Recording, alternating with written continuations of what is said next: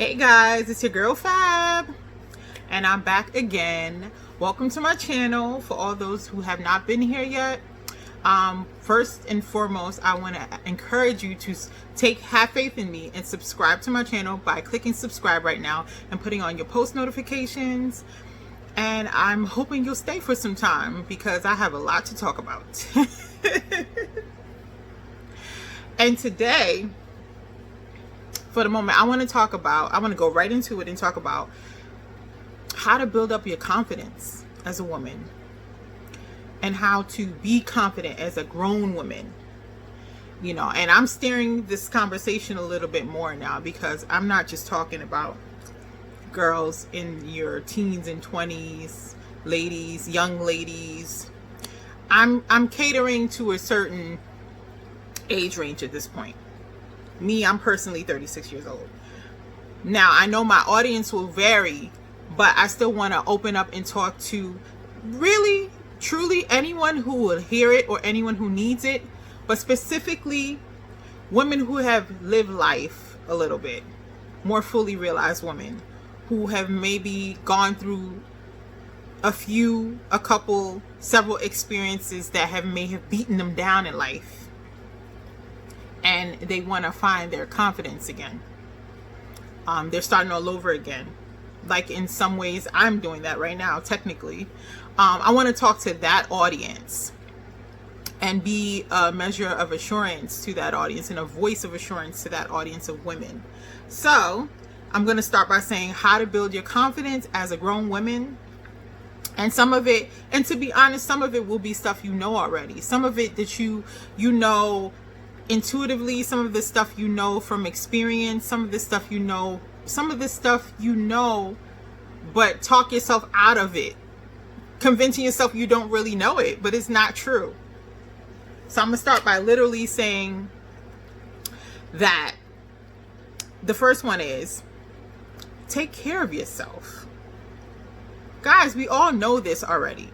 We all know this. We preach self-care, self-care, self-care, self-care. I can be guilty of this too. It's really important. It's essential, and especially if I'm speaking to the moms here, it's still important, with or without kids. As a wife, as a divorced woman, as a single woman, with kids, without kids, it's still important. And it still needs to be at the top of the list. When you do take care of the kids, because that's the natural inclination, you want to go ahead and make time for yourself. Make time for yourself every single day to decompress, and I know that sounds extreme, but I know I definitely do it. And by now, my daughter and my niece, they understand what it is. Make them a part of the process. Make them understand that mommy's human too, and that she needs to decompress, because if she doesn't decompress, she can be no good to anybody else, including them. And they will want to be supportive of their mom. They will want to be of help. Our kids, they want to be of help. It's to the point where now my daughter, my niece fully understand that mom can be really busy sometimes, that mom works and she also runs businesses and hustles or whatever it is she's currently doing, depending on the time. So they understand, and on days they forget, I just gently tell them, hey guys, it's one of those days where I need a little time, a little me time. They get it, and you would think maybe it's not something for the younger kids, because my daughter is at least 9 years old and my nieces, I'm 13.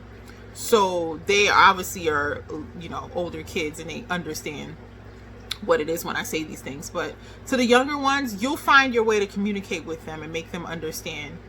Obviously, if they're in the very, very, very young stages, you'll comfort them, put them into a comforting place so that when they're down, that you can have your little bit of breathing time.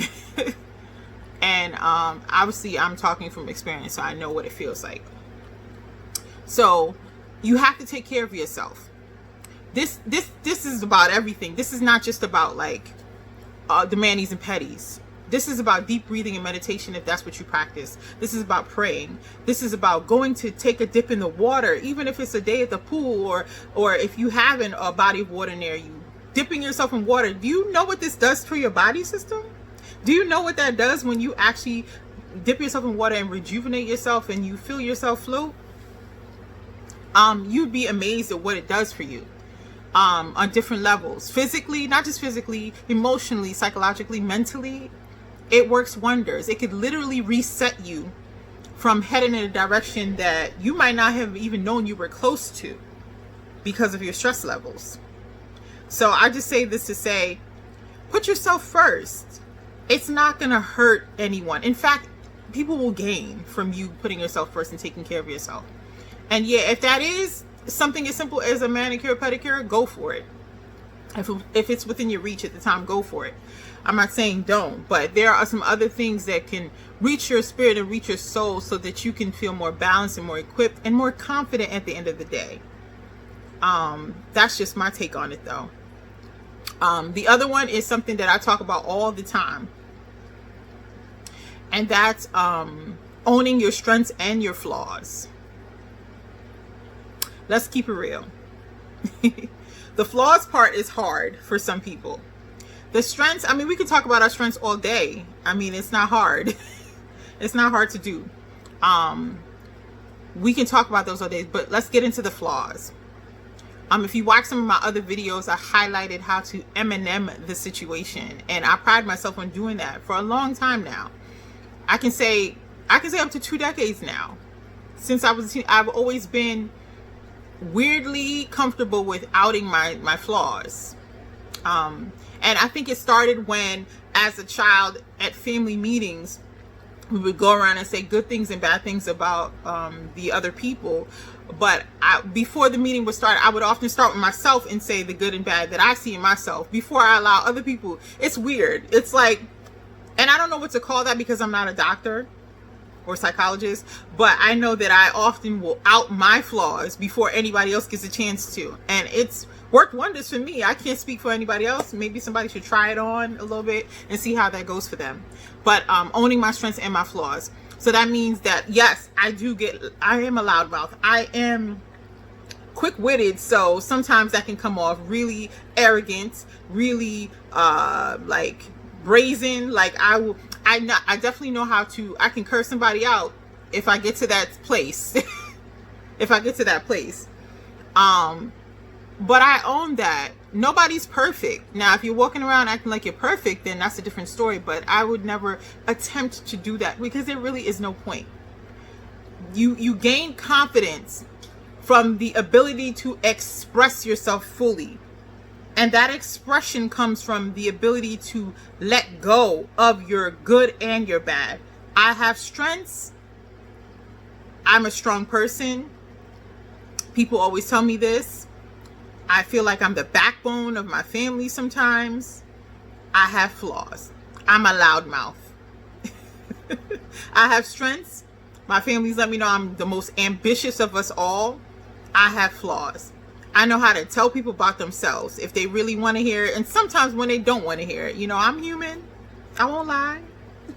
So just outing the strengths and the flaws gives me the ability to just operate as myself more authentically, because I have it's like really nothing to hide.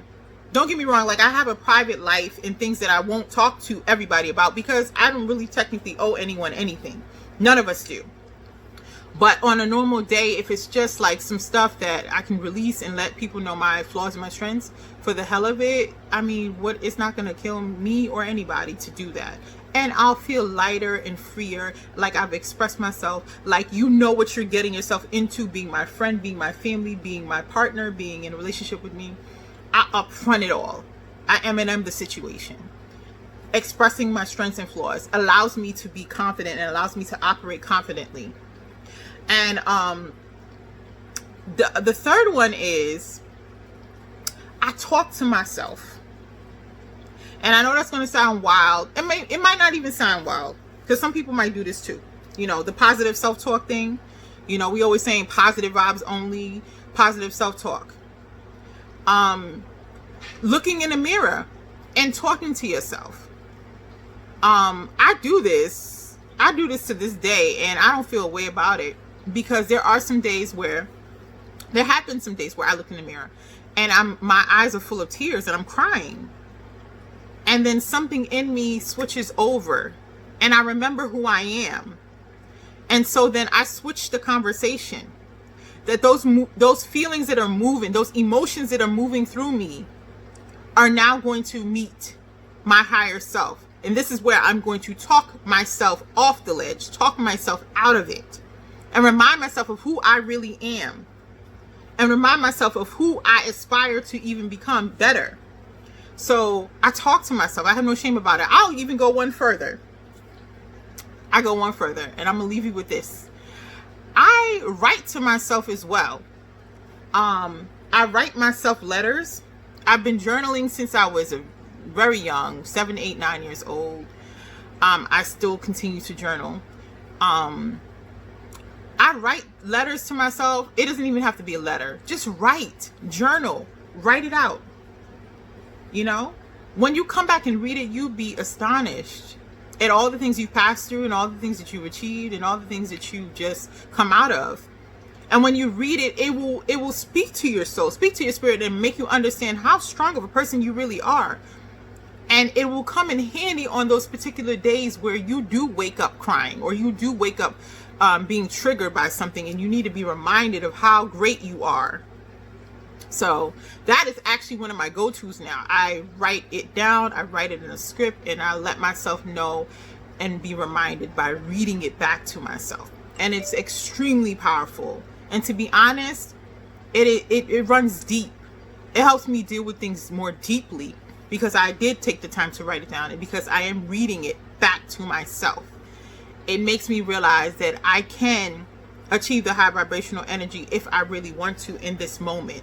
That I have access to tap into that higher vibe at any time I feel like it, if only I remember who I really am. So those are my little tidbits about how to build your confidence as a grown woman. I hope they were helpful to you guys. I always appreciate hearing your feedback as usual, and I encourage you, like always, to subscribe to my channel, put on your post notifications, and please continue to give me feedback in the comments and by email and by DM on Instagram, and that's FABFOLA, all one word.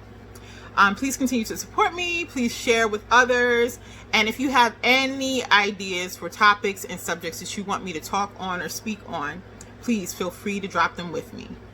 You know where to do that at now. So until later, I'm just signing off for now. We'll talk later. Bye.